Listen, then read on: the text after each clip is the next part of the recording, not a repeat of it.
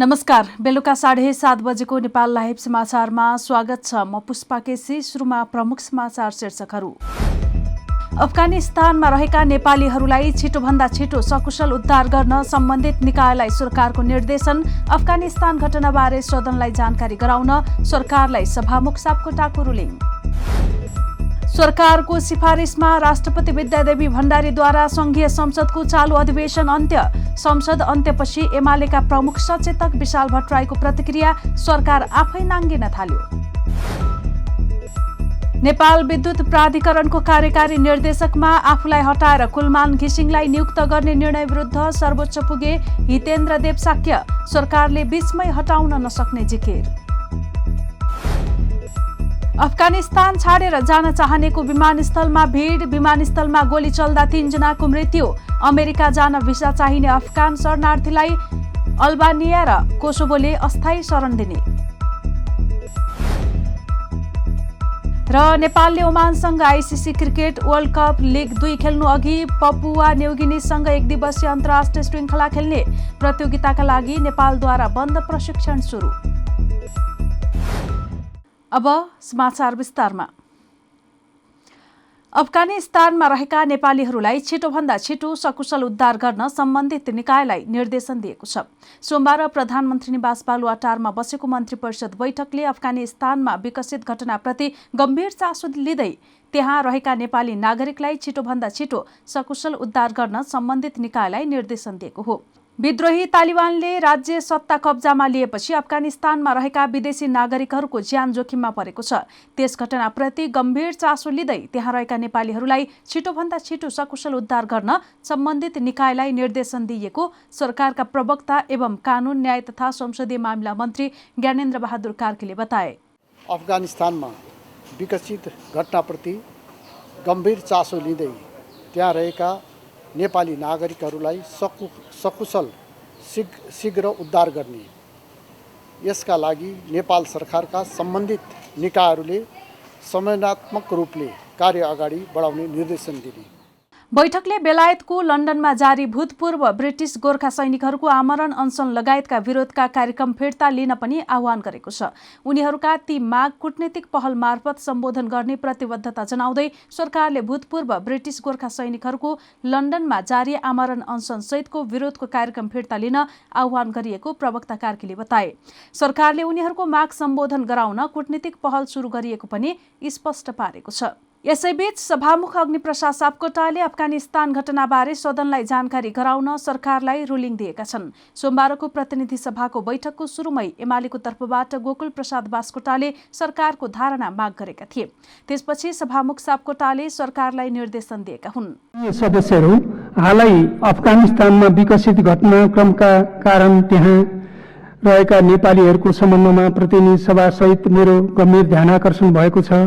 त्यहाँ रहेका नेपालीहरू सुरक्षित रहने वातावरण बनाउन र यथाशीघ्र सकुशल ल्याउने व्यवस्था गर्न र सो सम्बन्धी यथार्थ विवरण सभाको आगामी बैठकमा जानकारी गराउन नेपाल सरकारलाई निर्देश गर्दछु। सभामुख सापकोटाले अफगानिस्तानमा रहेका नेपालीहरू सुरक्षित रहने वातावरण बनाउन यथाशीघ्र सकुशल ल्याउने व्यवस्था गर्न र सो सम्बन्धी यथार्थ विवरण सभाको आगामी बैठकमा जानकारी गराउन सरकारलाई रुलिङ गरेका छन्। पछिल्लो 24 घण्टामा देशभर 3611 जनामा कोरोना संक्रमण पुष्टि भएको छ। स्वास्थ्य तथा जनसङ्ख्या मन्त्रालयका अनुसार पछिल्लो 24 घण्टामा देशभरका प्रयोगशालामा गरिएको 15611 जनाको पीसीआर र एन्टिजेन परीक्षणमा 3451 जनामा संक्रमण पुष्टि भएको हो। स्वास्थ्य मन्त्रालयका अनुसार 10093 जनाको पीसीआर परीक्षण गर्दा 2056 र 5518 जनाको एन्टिजेन परीक्षण गर्दा 885 जनामा संक्रमण पुष्टि भएको हो।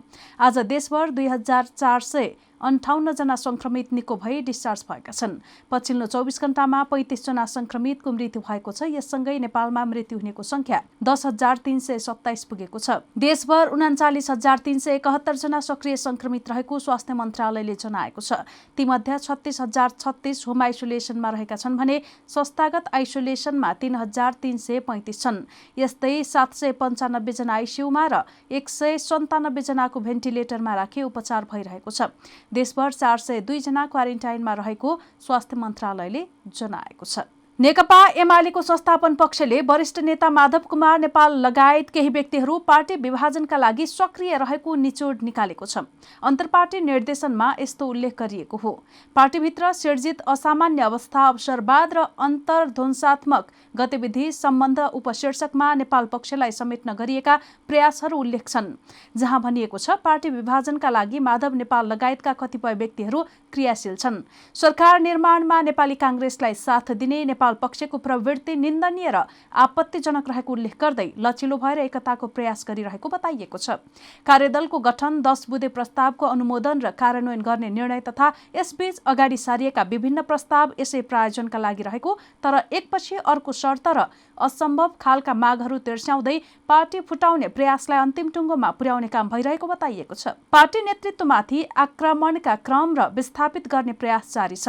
पार्टीका गुटगत बैठक भने रोक्न माग गर्ने, पार्टी सदस्यता नवीकरण नगर्न आह्वान गर्ने, पार्टीका नियमित काम र निर्वाचनका तयारीमा लाग्न नदिने, महाधिवेशन तयारी गर्न नदिने माग र दबाब दिने काम भइरहेको जुन स्वीकार्य नहुने उक्त निर्देशनमा उल्लेख छ।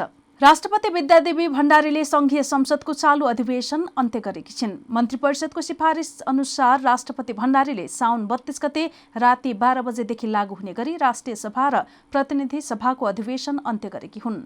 अधिवेशन अन्त्य भएको बेहोरा सभामुख अग्निप्रसाद सापकोटाले संसदमै पढेर सुनाए।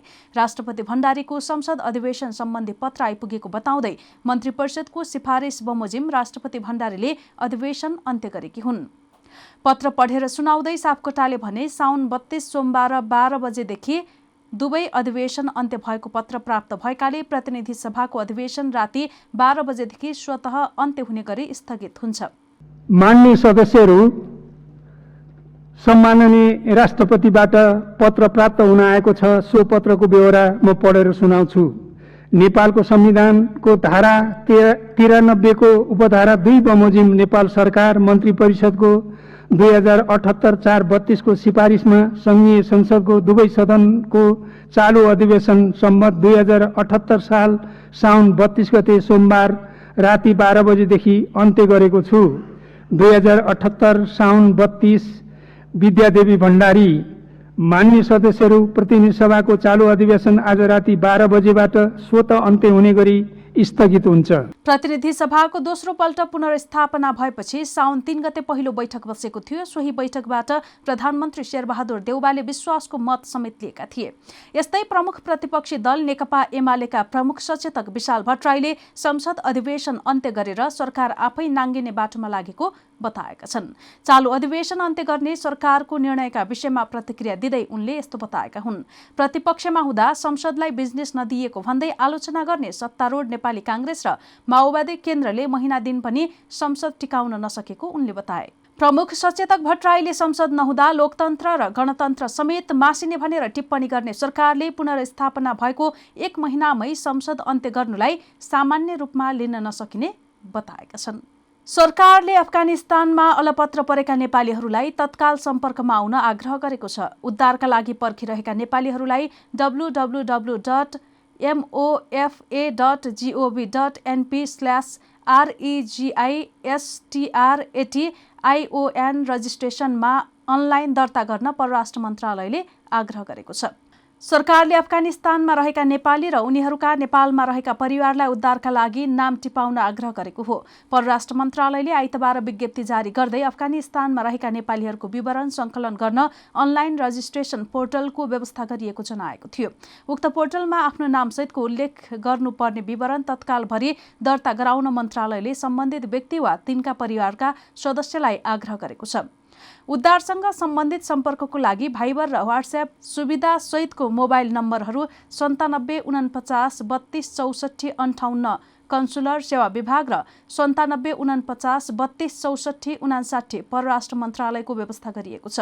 आफ्नो अवस्थाका बारेमा जानकारी गराउन वा मन्त्रालयमा उक्त नम्बरहरू मार्फत सम्पर्क गर्न सकिने बेहोरा जानकारी गराइन्छ, मन्त्रालयको सूचनामा भनिएको छ। अफगानिस्तानमा विकसित पछिल्लो घटनाक्रम तथा अवस्थाका बारेमा नयाँ दिल्ली स्थित नेपाली नियोगबाट ट्राभल एडभाइजरी जारी गरिएको मन्त्रालयले जनाएको छ।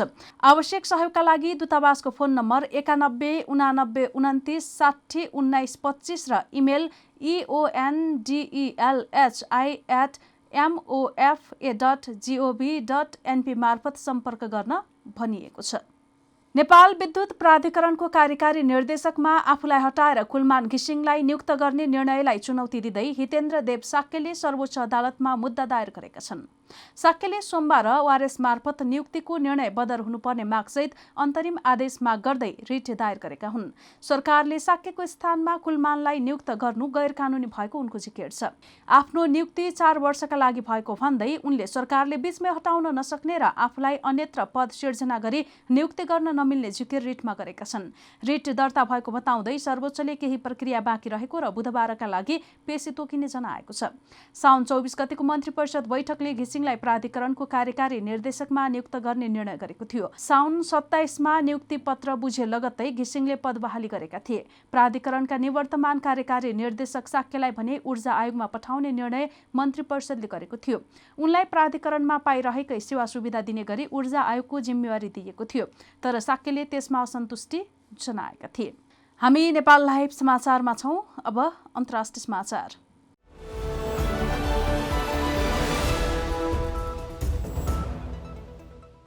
आइतबार तीव्र रूपमा विकसित घटनाक्रमपछि अफगानिस्तानमा नयाँ चुनौतीहरू देखा परिरहेको छ। तालिबानले राजधानी काबुल कब्जा जमाएसँगै त्यहाँको माहौल फरक देखिएको छ। अफगान राष्ट्रपति अशरफ घानी र उपराष्ट्रपति अमिरुल्लाह सालेहले देश छोडेका छन् भने सर्वसाधारण पनि देश छाड्न तछाड मछाड गरिरहेको तस्बिर र भिडियोहरू सार्वजनिक भएका छन्। तालिबानले सत्ताको नेतृत्व गर्ने भएसँगै हजारौं मानिस देशबाट निस्कन खोजिरहँदा काबुल स्थित विमानस्थलमा ठूलो भिड लागेको छ। विभिन्न देशहरूले आफ्ना नागरिकलाई स्वदेश फर्काउने क्रम पनि चलिरहेको छ।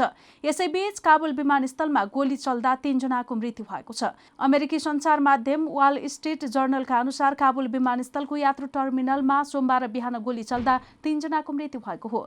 अमेरिकी सेनाले मानिसहरूलाई विमानमा चढ्नबाट रोक्न गोली चलाएको बताइएको छ। यस्तै अफगानिस्तानबाट भागेपछि राष्ट्रपति अशरफ घानीले देशमा रक्तपात रोक्नका लागि आफूले यस्तो कदम उठाएको प्रतिक्रिया दिएका छन्। आइतबार अफगानिस्तानबाट भागेका उनले सामाजिक सञ्जालबाट देश छाड्नुका कारणबारे पहिलो पटक प्रतिक्रिया दिएका हुन्।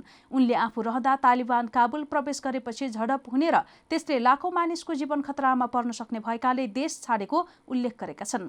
यस्तै अल्बानिया र कोसोभोले अमेरिका प्रवेश गर्नका लागि भिसा चाहिने अफगान शरणार्थीलाई अस्थायी रूपमा लिन अमेरिकाले गरेको अनुरोध स्वीकार गरेको छ।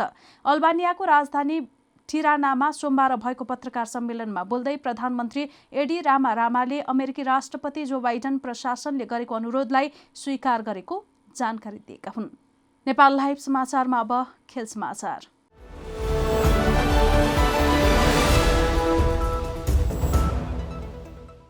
नेपालले ओमानसँगको ICC cricket world cup league 2 अघि पपुवा न्युगिनीसँग 1 दिवसीय अन्तर्राष्ट्रिय श्रृङ्खला खेल्ने भएको छ। नेपाल क्रिकेट संघले सोमबार विज्ञप्ति जारी गर्दै नेपालले 5 र 8 सेप्टेम्बर अर्थात् 20 र 23 भदौमा ओमानसँग 2 वटा ओडिआई खेल्ने जनाएको हो। क्रिकेट वर्ल्ड कप लिग 2 अन्तर्गत ओमानमा हुने घरेलु टिम सहित अमेरिका विरुद्धको ओडिआई श्रृङ्खलाको तयारीमा रहेको नेपालले त्यसअघि पपुवा न्युगिनीसँग खेल्ने भएको हो। लिग 2 अन्तर्गतको उक्त प्रतियोगिता 28 भदौदेखि 4 असोजसम्म ओमानमा नै हुँदैछ। पपुवा न्युगिनीसँगको 2 खेल मध्ये पहिलो खेल दिउँसो हुनेछ भने दोस्रो खेल डे नाइट हुने क्यानले जनाएको छ। उक्त प्रतियोगिताका लागि नेपालले बन्द प्रशिक्षण सुरु गरिसकेको छ। बन्द प्रशिक्षणमा 19 खेलाडी छन्। पूर्व कप्तान पारस खड्काले सन्यासको घोषणा गरेपछि यो नेपालको पहिलो अन्तर्राष्ट्रिय प्रतियोगिता हो। नेपाल लाइभ समाचार सकिएको छ। समाचारको अन्त्यमा प्रमुख समाचारका शीर्षकहरू फेरि एकपटक। अफगानिस्तानमा रहेका नेपालीहरूलाई छिटोभन्दा छिटो सकुशल उद्धार गर्न सम्बन्धित निकायलाई सरकारको निर्देशन। अफगानिस्तान घटनाबारे सदनलाई जानकारी गराउन सरकारलाई सभामुख सापकोटाको रुलिङ। सरकारको सिफारिसमा राष्ट्रपति विद्यादेवी भण्डारीद्वारा संघीय संसदको चालु अधिवेशन अन्त्य। संसद अन्त्यपछि एमालेका प्रमुख सचेतक विशाल भट्टराईको प्रतिक्रिया, सरकार आफै नाङ्गिन थाल्यो।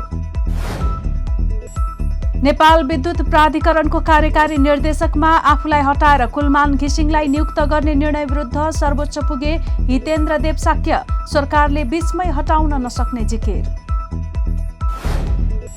अफगानिस्तान छाडेर जान चाहनेको विमानस्थलमा भिड। विमानस्थलमा गोली चल्दा 3 जनाको मृत्यु। अमेरिका जान भिसा चाहिने अफगान शरणार्थीलाई अल्बानिया र कोसोभोले अस्थायी शरण दिने। र नेपालले ओमानसँग ICC cricket world cup league 2 खेल्नु अघि पपुवा न्युगिनीसँग 1 दिवसीय अन्तर्राष्ट्रिय श्रृङ्खला खेल्ने प्रतियोगिताका लागि नेपालद्वारा बन्द प्रशिक्षण सुरु। नेपाल लाइभ समाचार आज यति नै। यसपछि 8:30 बजे कार्यक्रम बहसमा काङ्ग्रेस हेर्न सक्नुहुनेछ। यस्तै हाम्रा अन्य कार्यक्रम नेपाल लाइभको Facebook page, YouTube channel, Twitter र हाम्रो वेबसाइट नेपाललाइभ.com मा पढ्न र हेर्न सक्नुहुनेछ। नमस्कार।